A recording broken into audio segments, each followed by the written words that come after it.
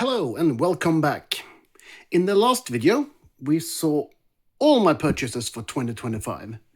And in this video, I will give you my top 15 picks of purchases throughout the year.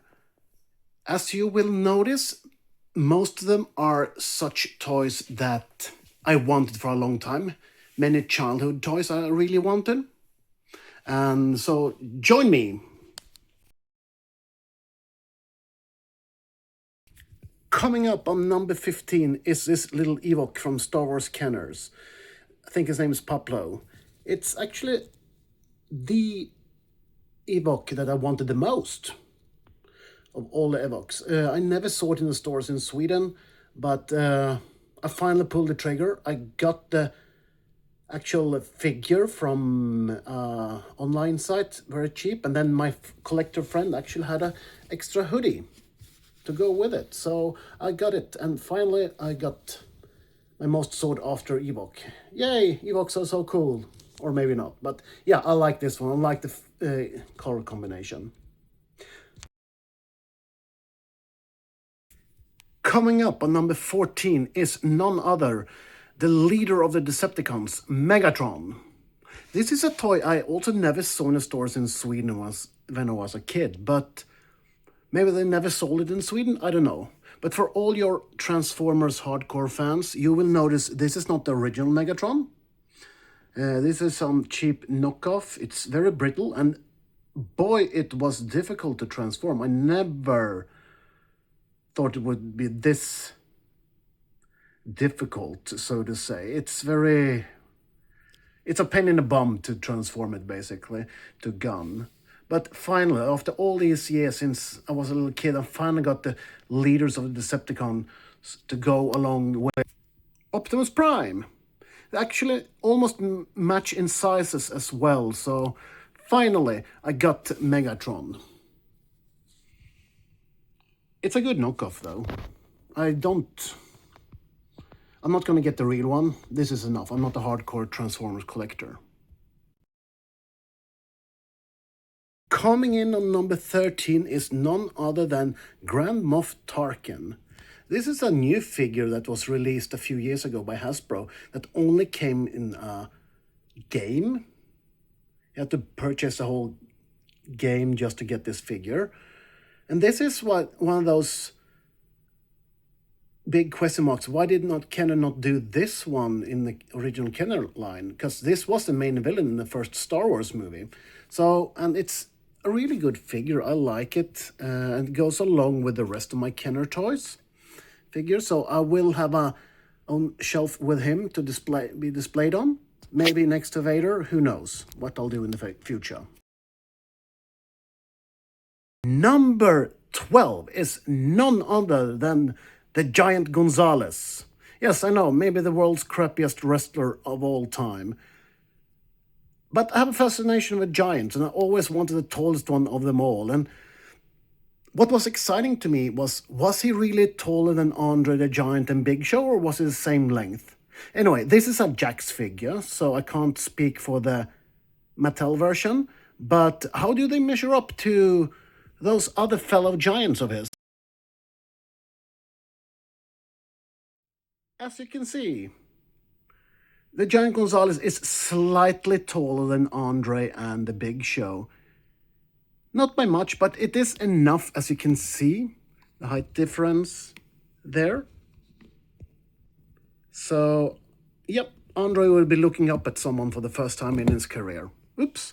Anyway, I like the Giants, and that's why he came in at number 12.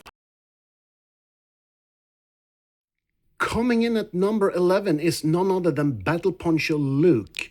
Yes, I know this is maybe not a favorite figure for the Star Wars collectors, but I had this figure for a few years without any accessories. And before that, when I was a kid, my friends had this one without accessories. And I really wanted the accessories to make it complete, so when I got the belt and the poncho, it felt so complete, almost. So I had to get myself a Star Wars lightsaber, a green one. It's a big question mark why this one didn't come with a lightsaber, because he actually uses it in the movie. But it feels more complete like this, and I'm happy I have it. And it is a repro lightsaber, unfortunately, but I will have one coming in very soon, an original non-repro to go with it. Coming in at number 10 is the immortal Hulk Hogan, or Hollywood Hulk Hogan, or whatever you choose to call him, the immortal one. He passed away last year on July 24th it was. Sad day for all us Hulkamaniacs, and it was actually Hulk Hogan, along with Andre the Giant and Ultimate Warrior, who got me hooked on wrestling back at WrestleMania 6 when I saw the first pay-per-view. This wrestling figure I really wanted to see be done, and finally they pulled the trigger and made it. So it's a very beautiful figure. I like the colors and everything, and I have no complaints whatsoever. It goes along with all my wrestling champions, nicely put. And that is why this comes at number 10. Number 11 is none other than She-Ra's own steed, Swiftwind. Bear in mind, I have a really good collection of She-Ra figures along with Crystal Castle, but I never had any of the steeds. And I don't want all the variants and all that. I wanted the best variant, and in my opinion, this is the best variant. And I have a list with figures and things I want to buy to my collection that's missing, and this has probably been there for 6-7 years that I wanted it. Never pulled the trigger, but one of the months in August or September, I was like, you know what? I'm gonna have this figure. So I pulled the trigger on eBay, got it shipped from the US, and here it is. It's a gorgeous figure, but it can't move so much, unfortunately. But She-Ra now feels complete with this steed. Coming in at number 8 is none other than Fangman. For all you Masters of Universe fans out there who saw the cartoon back in the 80s, this was a figure that was in one episode only, the Time Wheel. But this became one of my favorites with that episode. There was something about it. I liked the color scheme, and this being a henchman of Skeletor, and I was like expecting it to come as a toy. I was so disappointed when I never saw it as a toy when I was a kid. So, but here it is, finally. Mattel decided to produce one and give it to us. So thank you, Mattel. And I really like this figure, and it's one of my childhood most wanted figures of all time. All right, it's a modern interpretation, but I still like it a lot.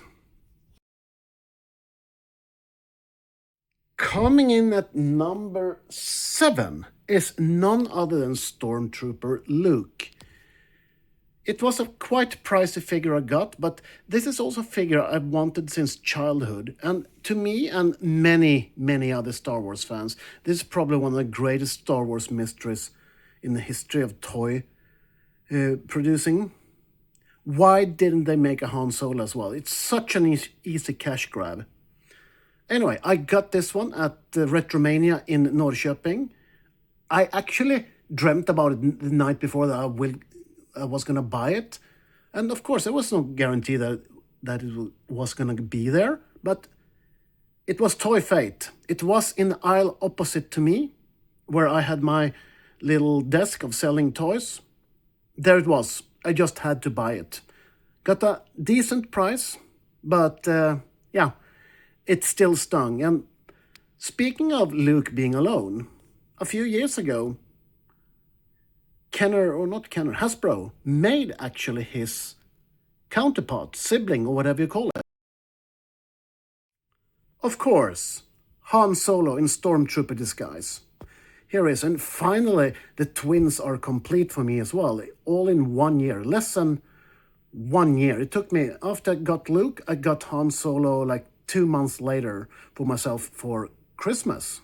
So finally, they are complete. My childhood is complete with both figures. And Funny note, my friend who had that figure convinced me that he saw this one as well, but he never bought it as a kid. He wanted Luke instead.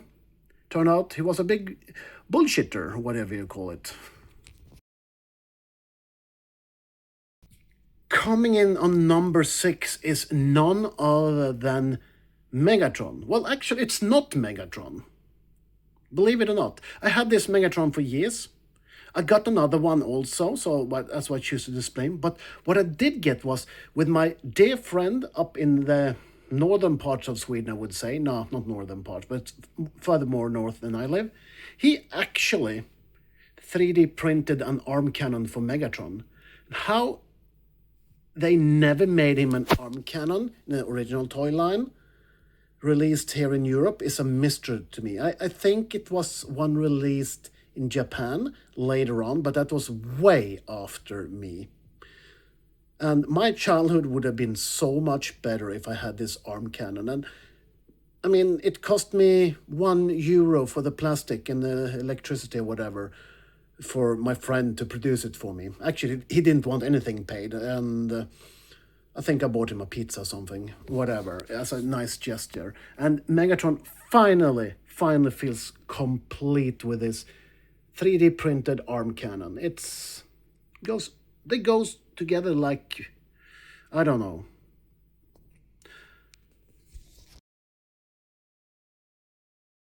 Coming in on number 5 is none other than the Decepticon Shockwave.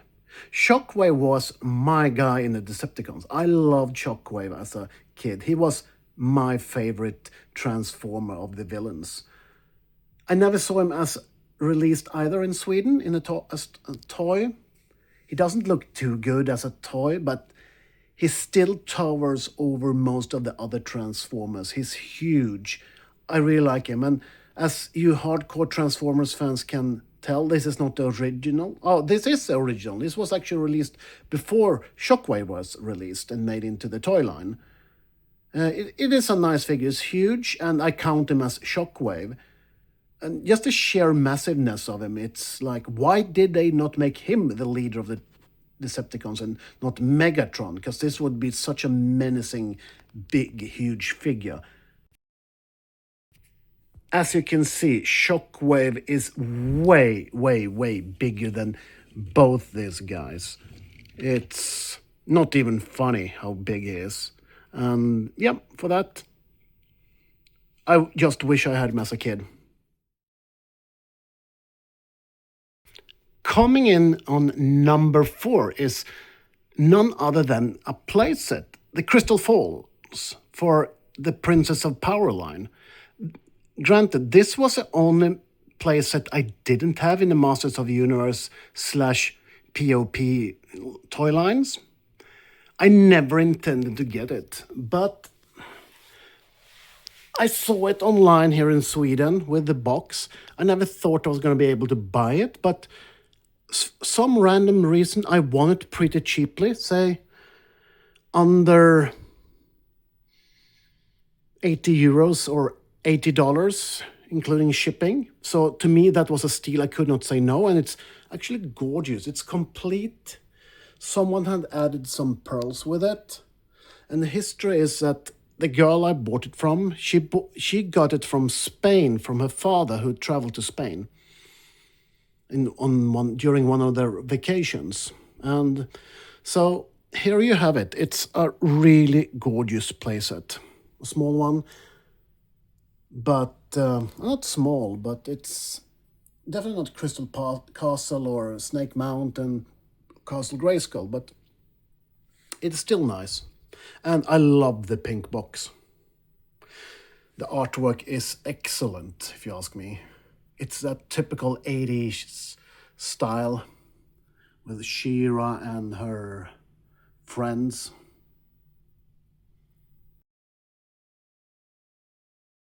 Coming in on number 3 is actually a Masters of the Universe figure.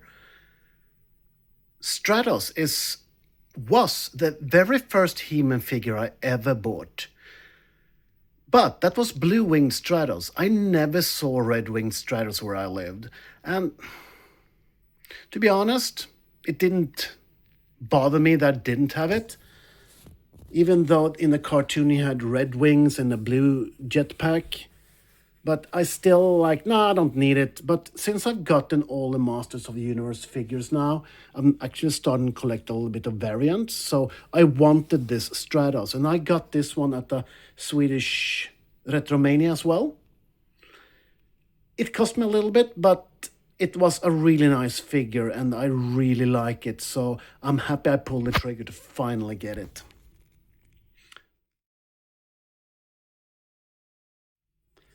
Coming in on number 2 is none other than the White Queen in the Marvel Legends series.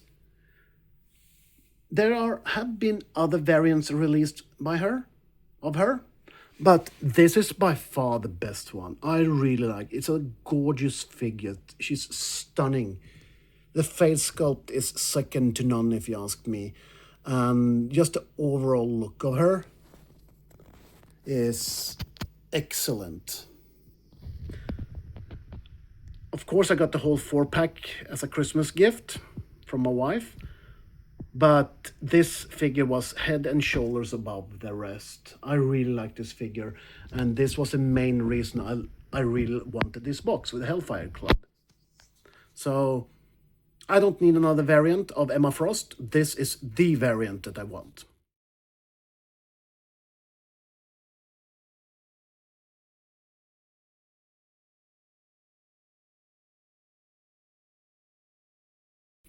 The first honorable mentions is Hulk Hogan, that in the Toy Biz line, the red and yellow Hulkster. I had the NWO Hulk Hogan, Hollywood Hulk Hogan, back in the day when they released him in 1999 or 2000. But I always preferred the red and yellow Hulk Hogan because I am a little Hulkamaniac back deep down in my heart. So I wanted this in my line. Even though I'm not the biggest Toy Biz collector, I have most of them.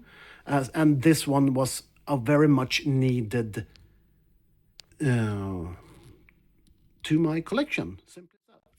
Another honorable mention is this one. Not many people know what this is, or the hardcore Masters of the Universe collectors will know what it is, but the rest is like, what is this? This is actually some cannons to the dinosaur or Bionatops, or however you pronounce it, the Triceratops, the green one, in the Masters of the Universe line. This weapon is kind of rare. You don't see it very often out in the wild. I've never seen it out in the wild. And when it shows up online, you pay a hefty price for it if you want it. I got this one in the cheap bin. The guy wanted to get rid of it. I got it for under $2. I think I got for $10. No, $1, not 10. I got it like a steal. I was ecstatic when I got it. And of course I have the Triceratops too, but unfortunately it is a little bit broken. I have to somehow fix it. Super glue, I don't know what to do. But anyway, it is complete, but a little bit broken. Now, these are two figures I wanted for some time as well, because the Hart Foundation is my favorite faction in WWE and wrestling altogether. More so than the Horsemen, more so than DX, more so than the NWO, even though they have Hogan in it. This is the one I really liked. And I wanted Jim the Animal Neidhart for years, but it's too expensive to buy. But when I released Brian Pillman this year and got him, I pulled the trigger as well on the Anvil. And finally, my Hart Foundation is as complete as they get for the moment. I don't see they do an Owen Hart figure in the near future with the Hart Foundation outfit on, so I might do a custom sooner or later, but this is as close to complete you get with the Hart Foundation from 1997. Unfortunately, I would love an Owen Hart, the King of Hearts, as would many other fans. The last of the honorable mentions are none other than the Camel, as I called him as a kid. Or in Star Wars circles, he's known as Jackface. I saw this guy as a kid in the cheap bin selling out toys for like €3 or something when I was a kid, or €2 worth or something. I vividly remember this figure. Like, who the heck wants this figure? Little did I know that this would be one of the most expensive ones over the years. And this was by far my most expensive purchase for the year. I paid a lot of money for this one. I don't want to say how much, but it was market price for him. And it didn't even come with a weapon. But the figure itself is actually in good condition. Really tight joints and all that. So I'm glad I got one of the more pricey Star Wars figures. So I guess it's just a blue Snaggletooth now and EV-99 left to get, and the R2-D2 pop-up lightsaber that's missing. That's expensive. But other than that, yes, this was not a very good figure, but it's okay to have it. I'm happy to have it. Those Star Wars collectors know this is one of the, not grails, but maybe grails. I don't know. What do you say?